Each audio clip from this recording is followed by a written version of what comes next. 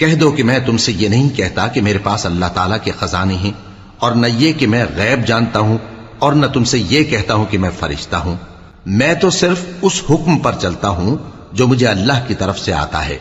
कह दो कि भला अंधा और आंख वाला बराबर होते हैं, तो फिर तुम गौर क्यों नहीं करते।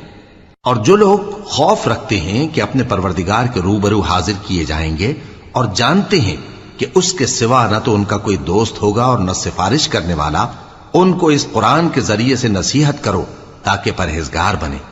और जो लोग सुबह शाम अपने परवरदिगार से दुआ करते हैं और उसकी तवज्जो के तालिब हैं, उनको अपने पास से मत निकालो।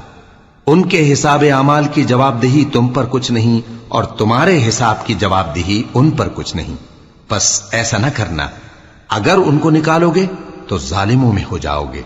और इसी तरह हमने बाज लोगों की बाज से आजमाइश की है कि